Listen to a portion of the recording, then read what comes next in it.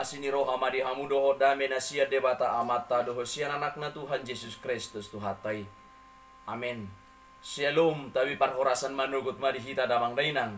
Dongan nahina holongan jarana pina supasuni tuhata Yesus Kristus. Tajalo mabuhal ni partodio ta imahata ni debata. Natar surah medisada Korintus 15 ayat 20 songonon maridok disi.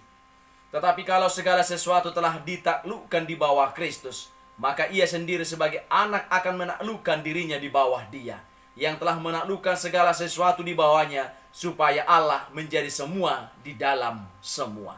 Demikian kebenaran firman Tuhan. Saudara yang kekasih dan yang diberkati oleh Tuhan kita Yesus Kristus, kebangkitan Kristus adalah permulaan dari kesudahannya. Artinya, kebangkitan Yesus dari kematian menjadi sebuah kesempurnaan tugasnya di dunia ini. Kesudahannya itu tiba hanya dengan kekalahan terakhir dari segala kekuatan anti Allah. Allah telah menunjuk Kristus untuk melaksanakan pemerintahan mesianik untuk sesuatu masa tertentu. Jadi, mereka yang ada di dalam Kristus bebas dari kuasa dosa, maut, dan iblis. Bahkan juga keputusan Taurat, baik maut maupun hidup, baik malaikat-malaikat, baik pemerintah-pemerintah, baik yang ada sekarang maupun yang akan datang, atau kuasa-kuasa ataupun sesuatu makhluk lain, tidak akan ada yang memisahkan kita dari kasih Allah yang ada di dalam Kristus Yesus Tuhan kita. Roma 8 ayat 38 dan 39. Kebangkitan Yesus menurut 1 Korintus 15 merupakan buah sulung dari kebangkitan. Itu berarti bahwa kebangkitan Yesus menjadi sebuah kebangkitan yang hendak memberikan kita sebuah pemahaman baru tentang kebangkitan. Kebangkitan Yesus membangkitkan iman kita bahwa di balik kematian jasmani akan ada kebangkitan tubuh kemuliaan menuju kehidupan yang kekal di sorga. Pertanyaan kita sekarang adalah apakah ciri khas tubuh kebangkitan kita yang akan dibangkitkan itu? Ada beberapa ciri khas dari tubuh kebangkitan itu. Yang pertama, tubuh kita yang sekarang adalah tubuh jasmania yang dicipta oleh Allah dari tanah liat. Tapi tubuh kebangkitan adalah tubuh rohani. Di dalam tubuh tersebut, kemuliaan dan kuasa Tuhan akan merubah kita. Pada waktu kita bangkit dari kematian, kita akan memiliki tubuh kebangkitan seperti tubuh kebangkitan Kristus. Dia adalah buah sulung kebangkitan. Kebangkitan yang pertama yang berbeda dengan kebangkitan-kebangkitan yang lain. Sebenarnya, sebelum Yesus bangkit, sudah ada orang-orang yang pernah dibangkitkan oleh nabi-nabi. Misalnya Elia membangkitkan seorang anak, atau Elisa membangkitkan seorang anak. Tetapi kebangkitan mereka berbeda dengan kebangkitan Kristus. Mereka yang pernah dibangkitkan oleh Elia dan Elisa akhirnya harus mati lagi. Tetapi kebangkitan Yesus adalah kebangkitan yang sekaligus mengalahkan kematian dan tidak mati lagi.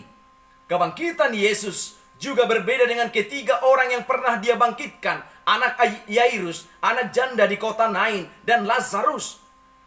Apakah ada perbedaan antara cara Yesus membangkitkan ketiga orang itu dengan cara Elia dan Elisa membangkitkan kedua anak itu? Berbeda. Elia dan Elisa hanya berdoa dan membangkitkan dalam nama Allah karena mereka hanyalah manusia. Sedangkan pada saat Yesus membangkitkan, Dia tidak perlu membangkitkan demi nama Allah. Dia hanya perlu mengucapkan satu kalimat berupa, "Titahlah, bangkitlah kamu," atau "Lazarus, keluarlah." Lalu mereka pun bangkit. Yesus bukan pengantara. Dia adalah Allah. Dia pemberi hidup. tubuh kita adalah tubuh jasmania, tetapi tubuh kebangkitan adalah tubuh rohani. Yang kedua, tubuh kita yang sekarang adalah tubuh yang penuh dengan kelemahan, tapi tubuh kebangkitan adalah tubuh yang kuat dan perkasa. Tubuh kita ini masih bisa mengalami sakit penyakit, bisa merasakan letih, karena tubuh jasmani ini terbentuk dari tulang, urat, daging, kulit yang mempunyai kemungkinan terserang oleh virus, bakteri yang mengakibatkan sakit. Tubuh kita adalah tubuh yang lemah, tetapi pada kebangkitan nanti kita akan diberi tubuh yang kuat dan perkasa. Dan yang ketiga, tubuh kita yang sekarang adalah tubuh yang bisa rusak, yang fana, tapi tubuh kebangkitan adalah tubuh yang kekal. Kerusakan tubuh memang sangat menakutkan. Seorang murid yang tadinya begitu cantik, begitu lincah, tidak lama setelah dia menikah, ia menderita sakit dan akhirnya meninggal dunia. Ketika saya pergi melayat, saya melihat dia yang baru mati 2 hari. Separuh wajahnya sudah hitam dan seluruh tubuh sudah mulai rusak. Siapakah kita? Kitalah manusia yang mempunyai tubuh yang panah, tetapi Allah berjanji akan memberikan tubuh yang kekal. Sifat ilahi Allah yang diberikan pada kita. Waktu hari itu tiba, malaikat akan membunyikan sangkakala. Lalu orang yang hidup akan berubah dan yang mati akan dibangkitkan. Saat itu kita akan mendapatkan tubuh kebangkitan yang kekal, yang fana menjadi yang kekal. Dan yang terakhir, tubuh kita yang sekarang adalah tubuh yang hina. Tapi tubuh kebangkitan adalah tubuh yang mulia. Sebenarnya manusia mempunyai tubuh yang tercantik di antara semua makhluk. Tetapi tubuh ini perlu menggunakan busana dan perlu ditutupi. Mengapa? Karena dalam tubuh ini sudah ada dosa. Busana adalah bukti dari adanya dosa asal. Karena itulah tubuh membuat kita merasa malu. Mengapa? Kemuliaan yang tadinya membungkus tubuhnya sekarang sudah hilang. Tetapi waktu kebangkitan nanti, kemuliaan akan kembali menutupi kita. Kita mempunyai tubuh mulia seperti tubuh kebangkitan Kristus. Tubuh yang sekarang adalah tubuh yang sementara, tapi tubuh kebangkitan adalah tubuh yang kekal dan yang tidak berubah untuk selama-lamanya. Kelak, ketika kita nanti tiba di sorga, kita akan mengingat setiap orang, mengenali dia. Tuhan telah mengabadikan keadaan yang paling mulia, paling cantik dalam masa hidupnya untuk selama-lamanya. Bangkit dan membangkitkan berarti Yesus yang bangkit itu juga akan membangkitkan tubuh kita kelak saat kita telah mati. Persoalannya adalah, apakah setiap orang yang mengalami kematian akan dibangkitkan oleh Yesus yang bangkit itu?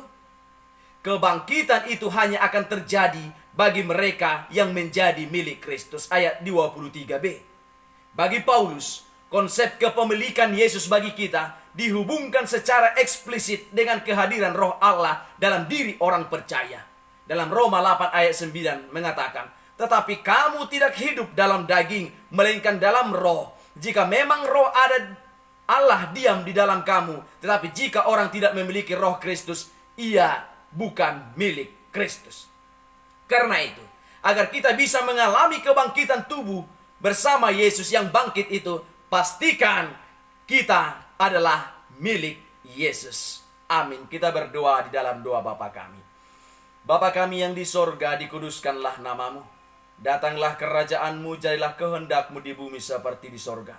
Berikanlah kami pada hari ini makanan kami yang secukupnya, dan ampunilah kami akan kesalahan kami, seperti kami juga telah mengampuni orang yang bersalah kepada kami. Dan janganlah membawa kami ke dalam pencobaan, tapi lepaskanlah kami daripada yang jahat. Karena Engkau yang punya kerajaan dan kuasa dan kemuliaan sampai selama-lamanya. Amin. Anugerah dari Tuhan Yesus, kasih setia dari Allah Bapa, dan persekutuan dengan Roh Kudus itulah yang memberkati kamu. Amin.